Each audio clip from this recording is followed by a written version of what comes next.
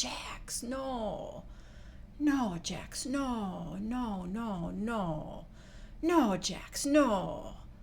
Jax, no, no, no, Jax, no, Jax, no, Jax, no. No, Jax, no. No, no, no. No, Jax.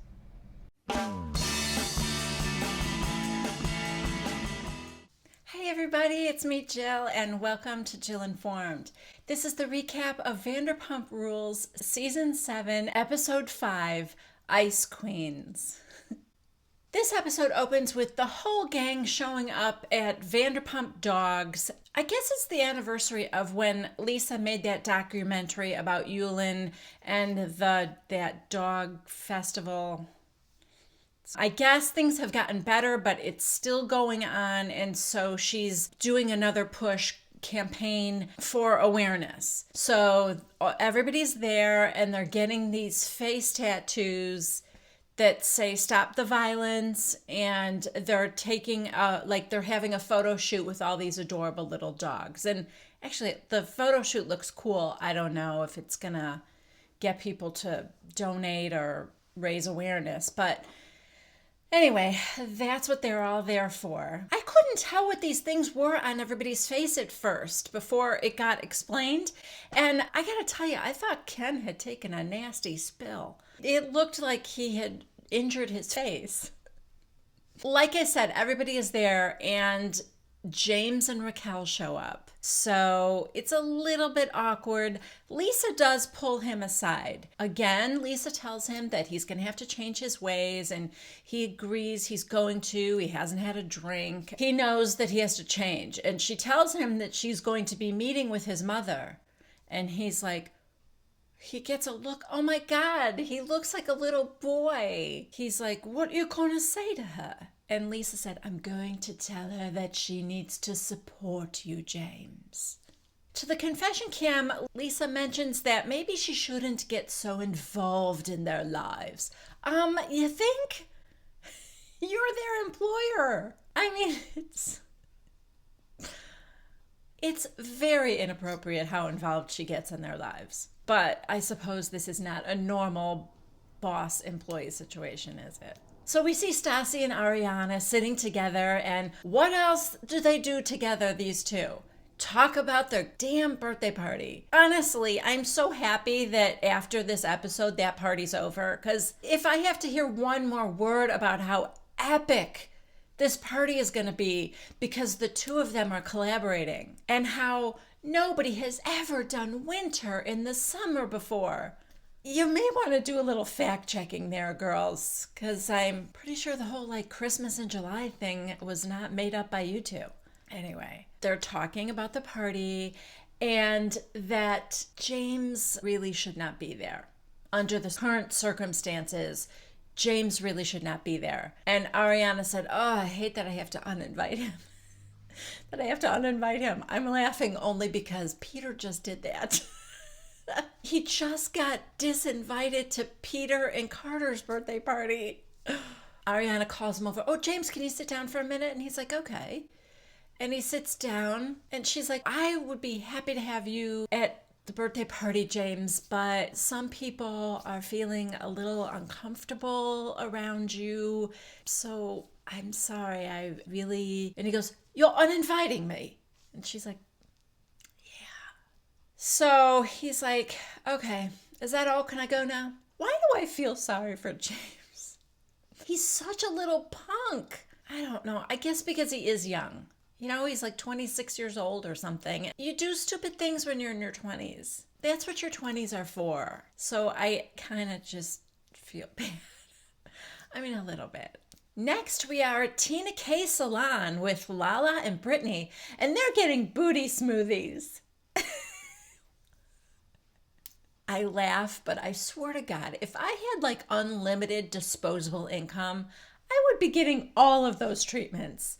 I would be getting hot rocks and booty smoothies and rejuvenating myself head to toe. Okay? I will try any kind of skincare. Just slather me up with oils and creams and wrap me up and let's see what happens. Anyway, they are getting their booties steamed and buffed and I don't know what, but their little booties are adorable. Let me just say that. Their little booties don't look like they need any help at all. So that's over, and they're sitting up, and Lala said, "You look so pretty." And she does. Brittany looks like she's glowing. Actually, they both look beautiful. And so Brittany said, "Oh, is it because she's wearing the white robe?" And she goes, "Is it because I'm in white and I'm going to be a bride?" And Lala said, yeah. Has anybody ever asked you if you're concerned about that? Way to go, Lala. And she said, what do you mean? Like, because of Jax? Yeah, because of Jax. Because you're marrying a serial cheater and like compulsive liar and everything else that Jax is. Lala elaborates and said, some people have been voicing their concerns, like Tom Sandoval and Ariana. Way to throw him under the bus, Lala. They were kind of implying that it might just be because Jax is still getting over his father's death, and that once it's not so fresh in his mind for him, that he'll go back to his old ways. Brittany claims that she does really believe that Jax has changed, and she doesn't think that she's got blinders on. She said, "I really do think I'm going into this with my eyes open, and I'm noticing a huge change in him, and, I feel like he's my family." I mean, for her sake, I really hope it's true, but, it's not gonna be. We next have a little throwaway scene with Stassi and Beau at Stassi's apartment. She says to the confession cam that she can't believe how great Beau is. It's so much better than it was with Patrick, and he doesn't throw out all these big words to make me feel stupid, like galvanized and myopic.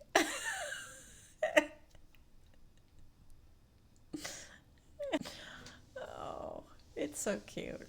Oh God, guys. Now we have a scene with Scheana and Adam. Boy, Sheena's got a system. She gets a guy to pack her up and move her, and now she's got another guy to assemble furniture. But anyway, this scene is just so painful to watch. Side note, Scheana is a pretty girl. I don't know why she's so needy and insecure. There's got to be something in her past. I don't know what happened, but it's unfortunate because she's beautiful. I just want to sit her down and say, who hurt you? Anyway, she is just like a lion to poor little Adam's gazelle. She is about to pounce and attack this boy, and he is just not interested. He's putting together a day bed.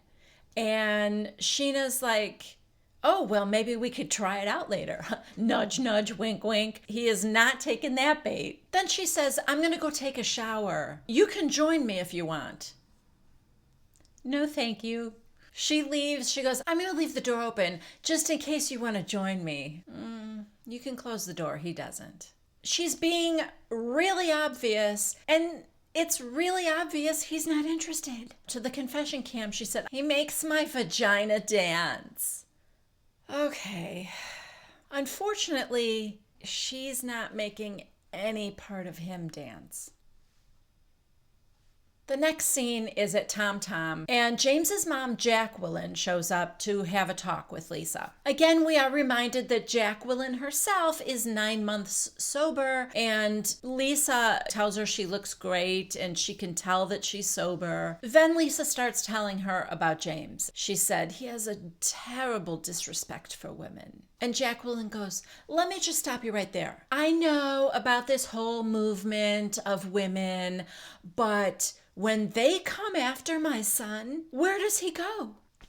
Oh God, don't make me hate you. Anyway, Lisa said, "Well, he's been drinking way too much." Jacqueline said, "That's a totally different thing you're talking about." And Lisa's trying to tell her, no, they're actually related because it's the way he behaves when he's drinking that's way different. And he's disrespectful and everything else. And Jacqueline cannot get off the idea that it's all the women's fault and not her precious son. Because she says, "Okay, but when they all come at him, how's he supposed to react?" And Lisa goes, not like that. Lisa said, yeah, I had to let him go. I think he needs to get into some therapy.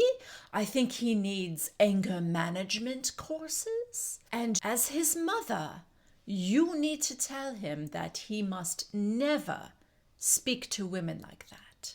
So Jackie reveals that she herself has allowed James to speak to her that way, and that she is just now starting to kind of stand up for herself with him. She says she made so many mistakes as a mother that she allowed James to be disrespectful to her. Now she is full on crying, and she is asking a favor of Lisa. She is begging Lisa to please give him back his Tuesdays.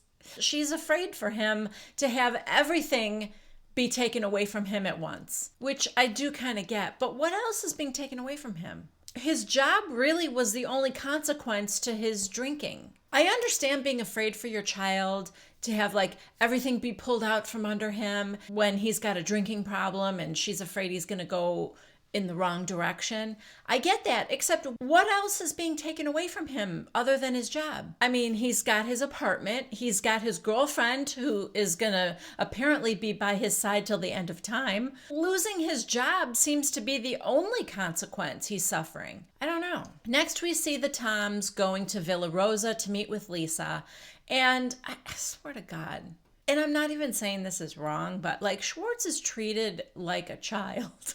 Lisa sends him off to go count shirts, while the grown-ups talk. Basically, I think Lisa just wanted to talk to Sandoval about James because she thinks that Sandoval has a soft spot for James, and she doesn't want everyone to turn against him. She would like him to have a couple people in his corner, and is kind of, I guess, asking Sandoval to kind of give him a chance. She said that she herself is not going to turn her back on James. So anyway, Schwartz comes back to tell her that there are 54 shirts, and that's not right. Lisa's like, that can't be right. And they go and recount, and there's like over 80. So Schwartz, he had one job.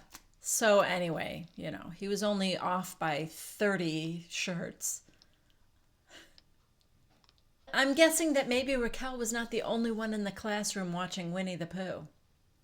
So the Ice Queen birthday party is going to be in this really cool house, I guess, that Kristen found. People are there starting to set up. The girls are getting their hair and makeup done. Stassi and Ariana are going to be twins with their Ice Queen makeup and their long blonde hair and their little, I don't know, lingerie things that they're wearing. Brittany ends up telling Jax what Lala told her about Sandoval and Ariana, questioning whether Jax had really changed or not. Brittany says, it kind of hurt my feelings. Jax chalks it up to Tom Sandoval being jealous of him because he's getting married and Ariana does not want to get married. I kind of doubt it, but there might be a little bit of jealousy because I do think that Sandoval is ready to get married.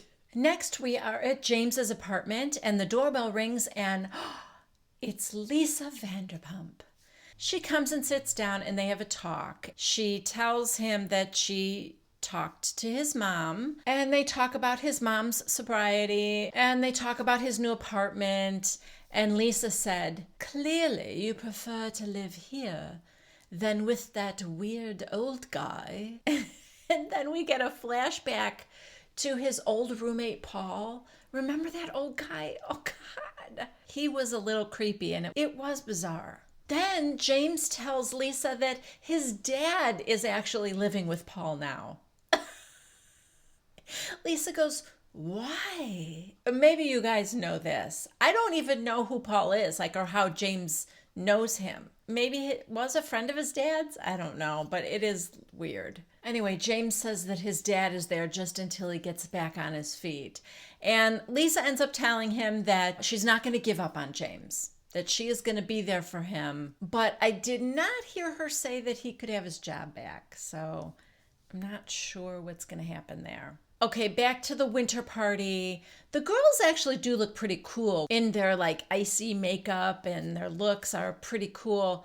The guys, What is Schwartz? An elf, I guess. He sees Katie for the first time and he's like, oh, Baba, that's like scary hot. What if we conceive a child in these costumes? Oh, yeah, because every girl's fantasy is to have sex with an elf.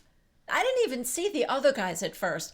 What is going on with the guys? Ariana's brother is in like sunglasses and a woman's coat. I don't know what look I'm so confused. Beau looks like somebody threw up Christmas on him.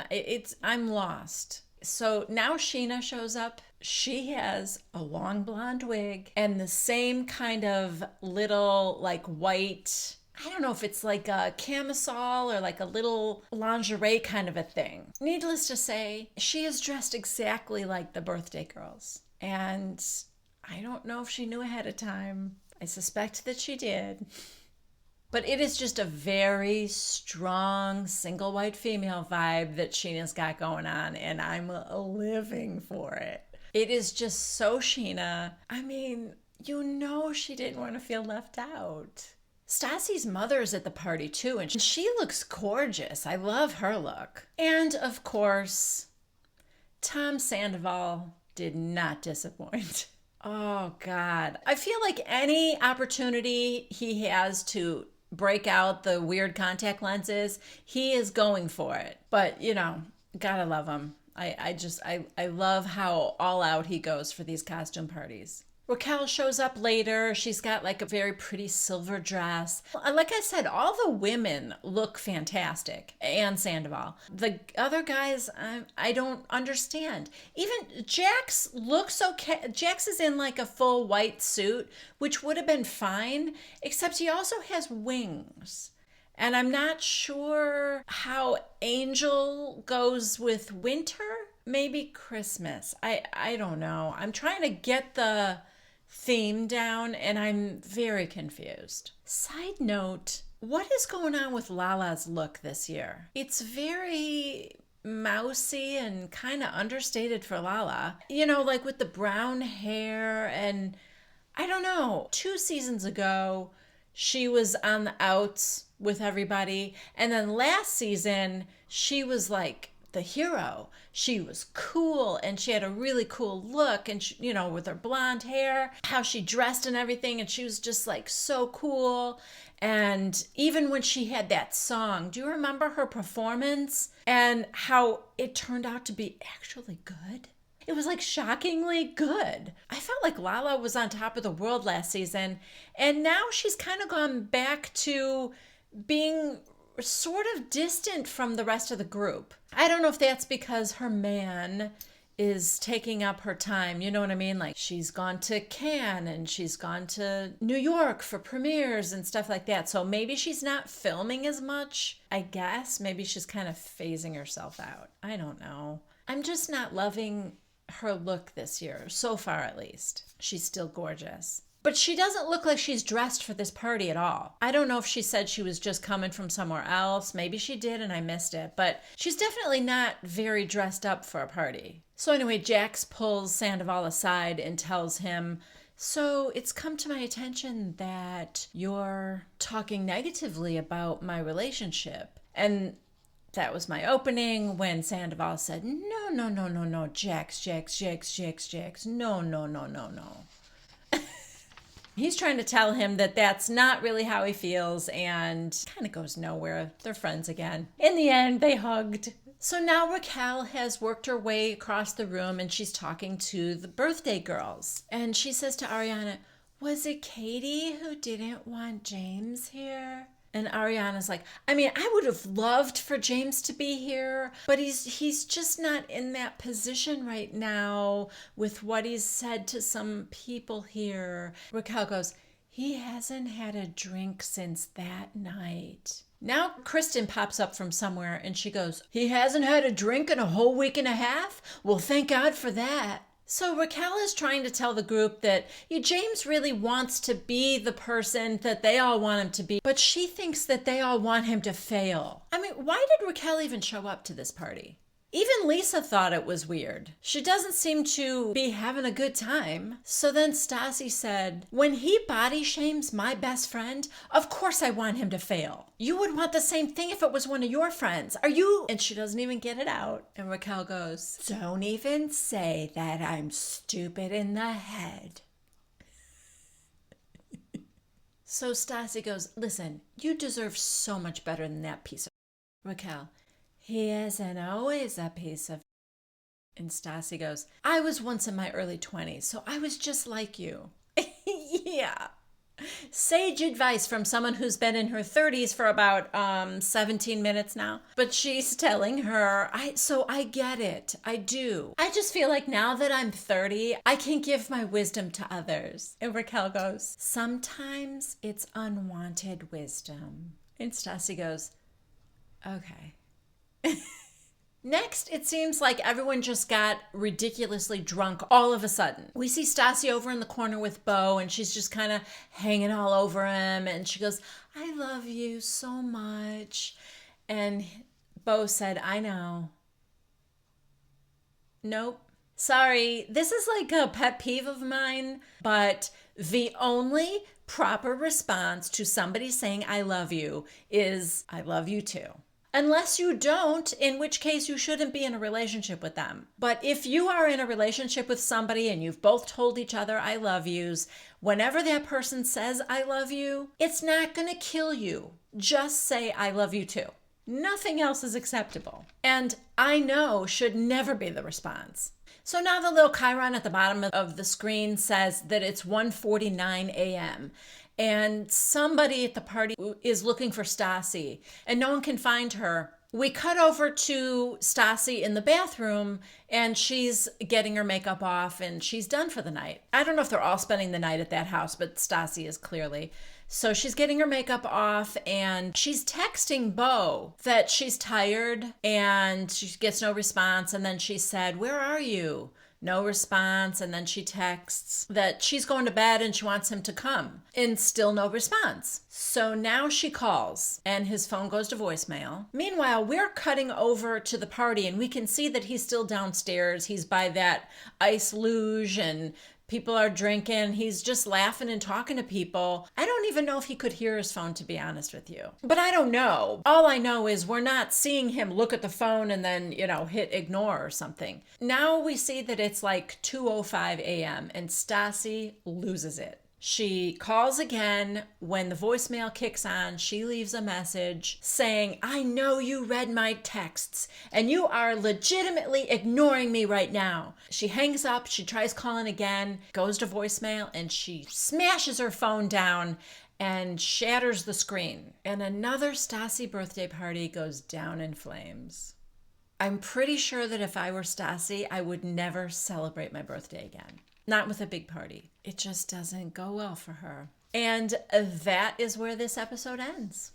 Okay, guys, I would love it if you would consider subscribing to Jill Informed. Please give this video a thumbs up if you liked it, and don't forget to leave a comment down below. I love to hear from you guys. I hope you will join me next Monday at 1 p.m. Central Time for the next recap of Vanderpump Rules. Bye-bye.